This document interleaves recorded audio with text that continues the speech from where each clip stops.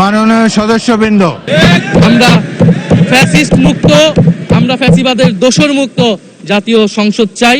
আমি আবার এটা এখন উচ্চারণ করলাম, উই ওয়ান্ট জাস্টিস। আমরা কান্নায় ভেঙে পড়লাম জেলখানায় থেকে। জেলখানায় আমরা একে অপরকে আলিঙ্গন করেছি। জুলাইয়ের সময়ে এবং জুলাইয়ের পরে ওসমান হাদি সহ প্রত্যেকের বিচার এই দেশে প্রতিষ্ঠা হবে। স্মরণ করছি আমাদের ভাই শরীফ ওসমান হাদি, মোদী বিরোধী হত্যাকাণ্ডের শহীদ, যারা ভারতীয় আধিপত্যবাদের বিরুদ্ধে লড়াই করে বাংলাদেশকে আজকের এই জায়গায় নিয়ে এসেছে। মাননীয় সদস্য Junaid Saki, please go ahead. Speaker, আপনাকে অসংখ্য ধন্যবাদ আমাকে এখানে বক্তব্য রাখার সুযোগ দেওয়ার জন্যে। আমি প্রথমেই পরম করুণাময়ের কাছে শুকরগুজার করি। বাংলাদেশের দীর্ঘ লড়াই সংগ্রামের মধ্য দিয়ে মানুষের ভোটের অধিকার প্রতিষ্ঠিত হয়েছে। বাংলাদেশে একটা গণতান্ত্রিক ব্যবস্থা নতুন ধাপে শুরু হয়েছে। এই বাংলাদেশ প্রতিষ্ঠার যারা স্বপ্ন দেখেছেন, যারা জীবন দিয়েছেন, প্রত্যেকেই গণতন্ত্র প্রতিষ্ঠার জন্যই দিয়েছিলেন। কিন্তু বাংলাদেশ প্রতিষ্ঠিত হলেও যে সাম্য, মানবিক মর্যাদা, সামাজিক ন্যায় বিচারের লক্ষ্য প্রতিশ্রুতি তৈরি হয়েছিল এই দেশের নাগরিকদের জন্য, সেটা আকাঙ্ক্ষিত পর্যায়ে যায়নি। বরং শেষ পর্যন্ত আমরা দেখেছি মানুষের ভোটের অধিকার, মানুষের জীবনে বেঁচে থাকার অধিকার পর্যন্ত কেড়ে নেওয়া হয়েছে। একটা গণতান্ত্রিক রাষ্ট্র যেটা হওয়ার কথা ছিল, তাকে একটা ফ্যাসিস্ট রাষ্ট্রে পরিণত করা হয়েছে। সেই রাষ্ট্রের বিরুদ্ধে আমরা লড়াই করেছি, এবং কেবল রাষ্ট্র ব্যবস্থার বিরুদ্ধে লড়াই নয়, একটা গণতান্ত্রিক রাষ্ট্র তার কাঠামো কিভাবে সেটা গড়ে উঠতে পারে সে নিয়েও আমরা আমাদের রাজনৈতিক জীবনের শুরু থেকে এবং বিশেষভাবে গত 17 বছর ধরে ফ্যাসিবাদ বিরোধী যে লড়াই, সেই লড়াইয়ে আমরা আমাদের বক্তব্য, আমাদের কর্মসূচি, আমাদের দিশা হাজির করার চেষ্টা করেছি। পরিষ্কার করে এখানে বলা দরকার, জুলাই অভ্যুত্থানের প্রেক্ষাপটে 17 বছর ধরে যে ফ্যাসিস্ট রাষ্ট্র কায়েম করা হয়েছিল, তার বিরুদ্ধে লড়াই করেছে এখানকার রাজনৈতিক দলগুলো, এখানকার ছাত্র, শ্রমিক, কৃষক, নারী, নানা ধরনের সংগঠনগুলো। এবং সেই সংগ্রামের ধারাবাহিকতায় 18 সালের মধ্যরাতের ভোট ডাকাতির পরে রাজনৈতিক দলগুলো একটা জনগণের বৃহত্তর ঐক্য গড়ে তোলার জন্য উদ্যোগ গ্রহণ করেছিল। এবং বিএনপির নেতৃত্বে এই দেশে 39টি রাজনৈতিক দল, আমাদের দল, গণসংহতি আন্দোলন সহ, গণতন্ত্র মঞ্চ, আমাদের জোট সহ, গণ অধিকার পরিষদ, বাংলাদেশ জাতীয় পার্টি এবং এইরকম 39টি দল বিএনপির নেতৃত্বে 31 দফা সুস্পষ্ট রাষ্ট্র ব্যবস্থা সংস্কার, মেরামত এবং রূপান্তরের কর্মসূচিকে সামনে রেখে এক দফার ভিত্তিতে ফ্যাসিস্ট সরকারের পতন এবং শাসন ব্যবস্থার বদলের লক্ষ্য নিয়ে সংগ্রাম সূচনা করেছে। এবং এই লড়াইয়ে বহু রাজনৈতিক কর্মীরা তাদের জীবন দিয়েছেন। বহু রাজনৈতিক কর্মীরা তারা নানাভাবে নির্যাতনের শিকার হয়েছেন, গুম, খুন, হত্যা, ক্রসফায়ারের শিকার হয়েছেন। বহু রাজনৈতিক কর্মীদেরকে, বিশেষভাবে বিরোধী দলের রাজনৈতিক কর্মীদের, এখানে যারা উপস্থিত আছেন প্রায় সকলকেই, এবং বিএনপির নেতা কর্মীদের বিশেষভাবে বলবো, কত কর্মীকে যে ধান খেতে ঘুমাতে হয়েছে, আশ্রয় নিতে হয়েছে, কবরস্থানে আশ্রয় নিতে হয়েছে। আমার এলাকা ব্রাহ্মণবাড়িয়া 6 বাঞ্ছারামপুরের বহু নেতা কর্মীদের কাছ থেকে আমরা তাদের এই কথা শুনেছি। তারা দেশের চিত্র এটা হয়েছে। এই ক্ষেত্রে সকল বিরোধী দলের অভিজ্ঞতাই আমি প্রত্যেকে সেটা বলবো। আমি এই প্রেক্ষাপটের উপর দাঁড়িয়েই জুলাইয়ের গণ অভ্যুত্থান এসেছে, এবং এই জুলাইয়ের গণ অভ্যুত্থানের ছাত্রদের, জনতার যে আন্দোলন শুরু হয়েছিল, সেই আন্দোলনকে আমরা বলতে চাই এটা ছাত্র, শ্রমিক, কৃষক, দেশের নারী এবং সকলের আন্দোলন। কারণ এখানে প্রাণ দিয়েছেন ছাত্ররা, এখানে প্রাণ দিয়েছে শিশুরা, এখানে প্রাণ দিয়েছে নারীরা, এখানে প্রাণ দিয়েছে বাঙালি, চাকমা, মারমা, হিন্দু, মুসলমান, বাংলাদেশের প্রত্যেকটি বর্ণ পরিচয়ের মানুষ। কাজেই জুলাই গণ অভ্যুত্থান একটা রাজনৈতিক সংগ্রামের ধারাবাহিকতায় একটা নতুন বাংলাদেশ নির্মাণের সুনির্দিষ্ট লক্ষ্য নিয়ে জুলাইয়ের অভ্যুত্থান সকল মানুষের সংগ্রাম হয়ে উঠেছিল। যে শহীদেরা, আবু সাইদ, মুগ্ধ, ওয়াসিম, রিয়া গোপ, কিংবা আমাদের ছাত্র সংগঠনের জুলফিকার শাকিল সহ অসংখ্য তরুণেরা প্রাণ দিয়েছেন। আমার নিজের নির্বাচনী এলাকা বাঞ্ছারামপুরের জাতীয়তাবাদী ছাত্র দলের নেতা নয়ন মিয়া পুলিশের গুলিতে নিহত হয়েছেন। আশিক, তুহিন, ইসমাইল, ইমরান, বাঞ্ছারামপুরের 4 সন্তান, তারা প্রাণ দিয়েছেন। অসংখ্য সারা বাংলাদেশের তরুণেরা প্রাণ দিয়েছেন। এবং সেই আন্দোলনে যে আকাঙ্ক্ষা তৈরি হয়েছে, সেই আকাঙ্ক্ষা হচ্ছে বাংলাদেশ একটা গণতান্ত্রিক বাংলাদেশ হবে এবং এই গণতান্ত্রিক বাংলাদেশের ন্যায় বিচার প্রতিষ্ঠা হবে। যত হত্যাকাণ্ড হয়েছে জুলাইয়ের সময়ে, তার আগে এবং জুলাইয়ের পরে, ওসমান হাদী সহ প্রত্যেকের বিচার এই দেশে প্রতিষ্ঠা হবে। এবং কেবল ন্যায় বিচার নয়, একটা রাষ্ট্রে যদি অধিকাংশ খেটে খাওয়া মানুষের ন্যায্য হিস্সা তৈরি না হয়, সত্যিকার অর্থে জনগণের মধ্যে ঐক্য তৈরি হয় না, ধন্যবাদ মাননীয় সত্যিকার সদস্য। অর্থে গণতন্ত্র তৈরি হয় না।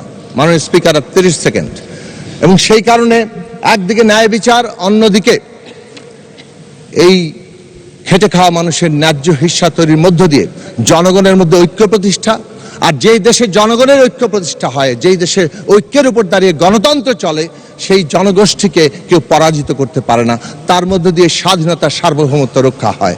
ফলে ন্যায় বিচার, গণতন্ত্র, খেটে খাওয়া মানুষের ন্যায্য হিস্সা এবং সার্বভৌম বাংলাদেশ, যেই বাংলাদেশ প্রতিষ্ঠার জন্য আমাদের প্রয়াত প্রধানমন্ত্রী বেগম খালেদা জিয়া 5 তারিখের পরে 7ই আগস্ট পরিষ্কার করে এই দেশের মানুষের সামনে একটা দিশা হাজির করে গিয়েছিলেন। প্রতিশোধ, প্রতিহিংসার রাজনীতি পরিহার করে দেশের মানুষকে ঐক্যবদ্ধ করে বাংলাদেশকে এগিয়ে নিয়ে যেতে হবে।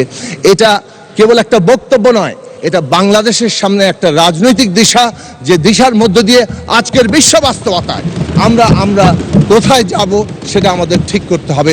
জুলাই শহীদদের রক্তের ঋণে সারা বাংলাদেশের মানুষ এই সংসদ আবদ্ধ। এই সংসদকে জুলাই শহীদদের রক্তের ঋণকে ধারণ করে তাদের আকাঙ্ক্ষাকে পূরণ করতে হবে।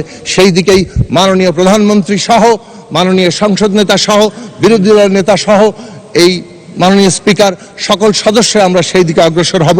তখনই জুলাই শহীদদের প্রতি আমাদের প্রকৃত শ্রদ্ধা, ভালোবাসা, তাদেরকে স্মরণ করা এবং সকল আহত যোদ্ধাদের এবং সকল লড়াকুদের আকাঙ্ক্ষাকে ধারণ করা সম্ভব হবে।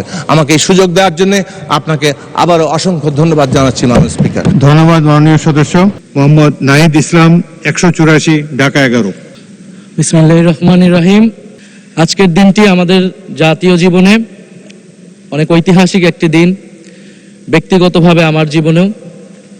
2024 সালের 5ই আগস্ট তথা 36শে জুলাই শাহবাগ থেকে ছাত্র জনতার মিছিল নিয়ে আমি এবং আমার সহযোদ্ধারা এই জাতীয় সংসদের প্রাঙ্গণে আমরা এসেছিলাম। ছাত্র জনতাকে সাথে নিয়ে ফ্যাসিস্ট মুক্ত করেছিলাম এই মহান জাতীয় সংসদকে। সেই দিন আমাদের ভূমিকা ছিল বৈপ্লবিক। আজকে একটা ভিন্ন প্রেক্ষাপটে গণতান্ত্রিকভাবে নির্বাচিত হয়ে আজকের এই মহান জাতীয় সংসদে কথা বলতে পারছি, সেজন্য মহান আল্লাহ তাআলার কাছে এবং জুলাই গণ অভ্যুত্থানের সকল শহীদদের কাছে কৃতজ্ঞতা প্রকাশ করছি। আমি শ্রদ্ধার সাথে স্মরণ করছি আমার সেই ভাই বোনদের যারা নিজের বুক বুলেটের সামনে উন্মুক্ত করে দিয়ে আমাদের আবারও স্বাধীন করে নিজেরা স্মৃতি হয়ে গিয়েছেন। আমরা তাদের শাহাদাত কবুলের জন্য মহান আল্লাহর কাছে দোয়া করছি। একই সাথে আহত ও পঙ্গু জুলাই যোদ্ধা ভাই বোনদের প্রতি আমার সবটুকু আবেগ, শ্রদ্ধা আর ভালোবাসা দিয়ে কৃতজ্ঞতা জানাচ্ছি। তাদের সুস্থতা কামনা করছি। তাদের অমূল্য জীবন, রক্ত আর অপরিসীম ত্যাগের ফলে আমরা আজ সংসদ সদস্য। 24-এর গণ অভ্যুত্থানের বৈষম্য বিরোধী ছাত্র আন্দোলনের নেতৃত্বে অংশ নিয়েছিল ছাত্র, শ্রমিক, কৃষক, শিক্ষক, অভিভাবক, সাংস্কৃতিক কর্মী, আলেম সমাজ, তরুণ সেনা অফিসার ও সৈনিকগণ ও প্রবাসী বাংলাদেশি ভাই ও বোনেরা। অভ্যুত্থানে গুরুত্বপূর্ণ ভূমিকা রেখেছে আমাদের নারী সমাজ, সামনে থেকে নেতৃত্ব দিয়েছে ও নির্যাতিত হয়েছে। আন্দোলনে প্রাইভেট বিশ্ববিদ্যালয়, মাদ্রাসা ও স্কুল কলেজের ছাত্রছাত্রীদের ভূমিকা ছিল তাৎপর্যপূর্ণ। গণ অভ্যুত্থানের ভ্যানগার্ডের ভূমিকা ছিল ফ্যাসিবাদ বিরোধী রাজনৈতিক দলের নেতাকর্মীরা।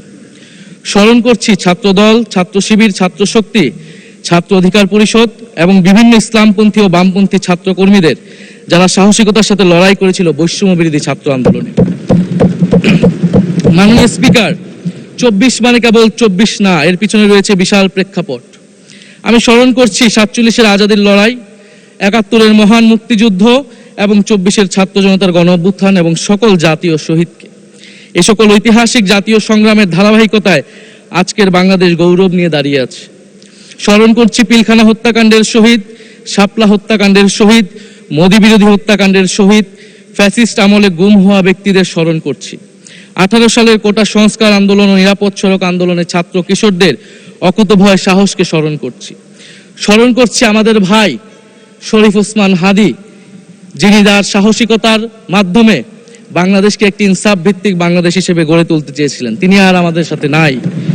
আমরা ওসমান হাদি ভাইকে স্মরণ করছি, শহীদ আবরার ফাহাদ ও শহীদ ফেলানী খাতুনকে স্মরণ করছি, যারা ভারতীয় আধিপত্যবাদের বিরুদ্ধে লড়াই করে বাংলাদেশকে আজকের এই জায়গায় নিয়ে এসেছে। 24-এর ছাত্র জনতার গণ অভ্যুত্থানে মাঠের নেতৃত্বের একেবারে সামনে থাকার কারণে আজকের দিনটি আমার জন্য একই সাথে আবেগের, কষ্টের ও আনন্দের। আমাদের সংগ্রামের সাথী শহীদ আবু সাইদ, শহীদ মুগ্ধ, শহীদ ওয়াসিব, 4 বছরের শিশু আহাদ, 6 বছরের শিশু রিয়া গোপ সহ প্রায় 150 শিশু শহীদ। মাননীয় স্পিকার, পুলিশের এপিসি থেকে ফেলে দেওয়া শহীদ ইয়ামিন, সাভারের আশুলিয়ায় ভ্যানের উপরে জীবন্ত অবস্থায় আগুনে পুড়িয়ে মারা কিশোর শহীদ সজল সহ অগণিত মানুষের স্মৃতি আমাকে প্রচন্ডভাবে নাড়া দিচ্ছে। মাননীয় স্পিকার, আপনি মাননীয় সংসদ নেতা, বিরোধী দলীয় নেতা সহ সংসদের সকল সদস্য এবং আপনার মাধ্যমে দেশবাসীর উদ্দেশ্যে আরো স্মরণ করিয়ে দিতে চাই মাকে উদ্দেশ্য করে লেখা চিঠি 10ম শ্রেণীর ছাত্র শহীদ আনাসের, যিনি বলেছিলেন, একটি প্রতিবন্ধী কিশোর, 7 বছরের বাচ্চা, ল্যাংড়া মানুষ যদি সংগ্রামে নামতে পারে তাহলে আমি কেন বসে থাকবো ঘরে? একদিন তো মরতেই হবে, তাই মৃত্যুর ভয় করে স্বার্থপরের মতো ঘরে বসে না থেকে সংগ্রামে নেমে গুলি খেয়ে বীরের মতো মৃত্যু অধিক শ্রেষ্ঠ। যে অন্যের জন্য নিজের জীবন বিলিয়ে দেয় সেই প্রকৃত মানুষ। আমি যদি বেঁচে না ফিরি তবে কষ্ট পেও না, গর্বিত হয়েও জীবনের প্রতিটি ভুলের জন্য ক্ষমা চাই। আনাস তার মাকে এই চিঠি লিখে রাস্তায় নেমে গিয়েছিলেন, শহীদ হয়েছিলেন। মাননীয় স্পিকার, যাদের আত্মত্যাগের কারণে আজকে আমরা এখানে বসে কথা বলতে পারছি। মাননীয় স্পিকার, জুলাই গণ অভ্যুত্থানের সাথে জড়িয়ে আছে দেশনেত্রী বেগম খালেদা জিয়ার সংগ্রাম ও তার আত্মত্যাগ। ওনার সংগ্রাম অনুপ্রাণিত করেছিল বাংলাদেশের তরুণ সমাজকে আত্মত্যাগ করতে, আত্মহুতি দিতে গণ অভ্যুত্থানে। আমরা আজকে তাকে শ্রদ্ধার সাথে স্মরণ করছি। মাননীয় স্পিকার, আমি বিশ্বাস করতে চাই আমরা যারা সংসদে বসতে পেরেছি কেউই এই শহীদের রক্তের সাথে বেইমানি করব না। কারণ জুলাই গণ অভ্যুত্থান মানে শুধু জুলাই গণ অভ্যুত্থান নয়, এটি নতুন বাংলাদেশের আকাঙ্ক্ষা।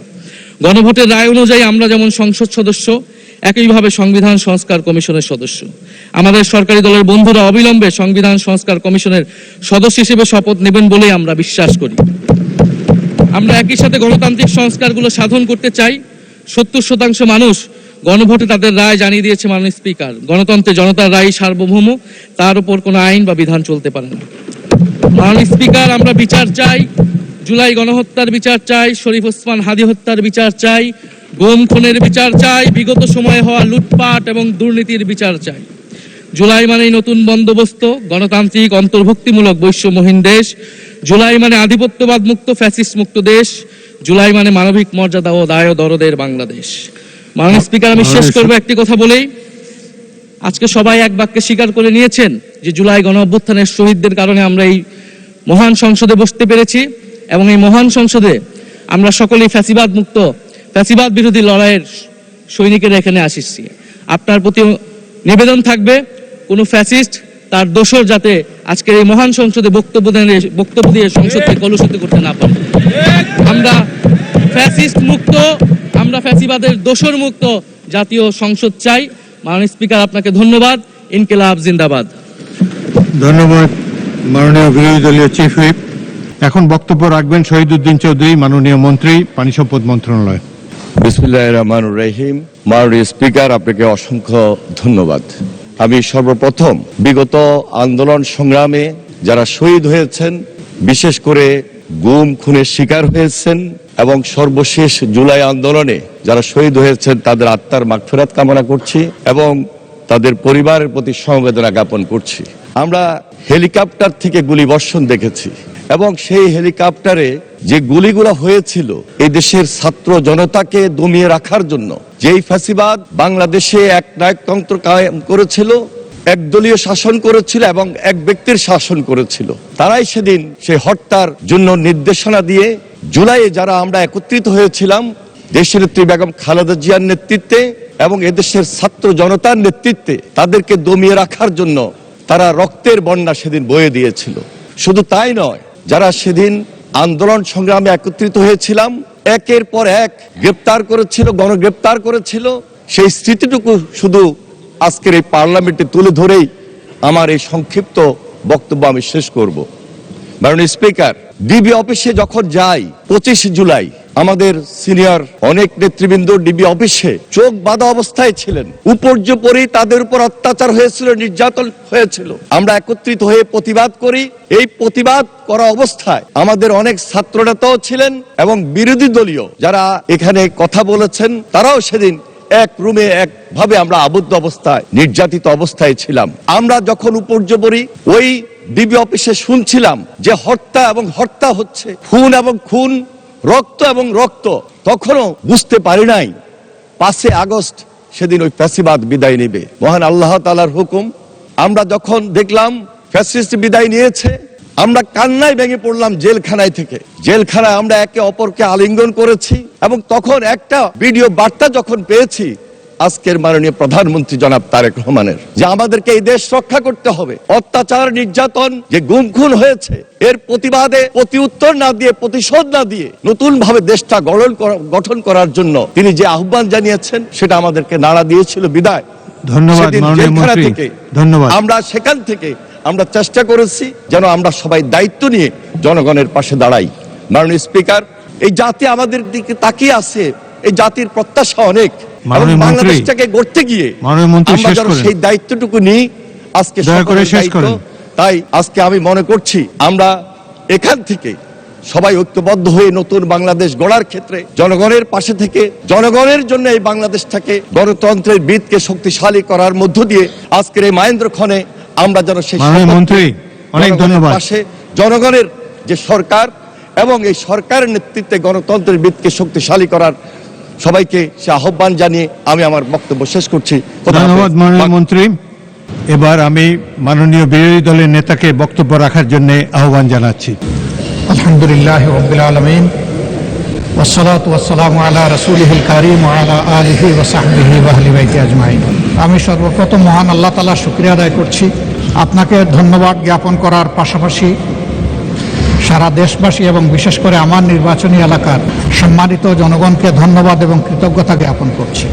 আমি গভীর শ্রদ্ধার সাথে স্মরণ করছি 47, 52, 71 শাপলা চত্বরের সম্মানিত শহীদবৃন্দকে এবং ফ্যাসিস্ট আমলে 15.5 বছর যারা নির্যাতিত হয়ে দুনিয়া থেকে বিদায় নিয়েছেন, লড়াই করেছেন, আহত হয়েছেন, পঙ্গু হয়েছেন, আয়নাগরের বন্দী হয়েছেন, বিভিন্নভাবে যারা নিগৃহীত হয়েছেন।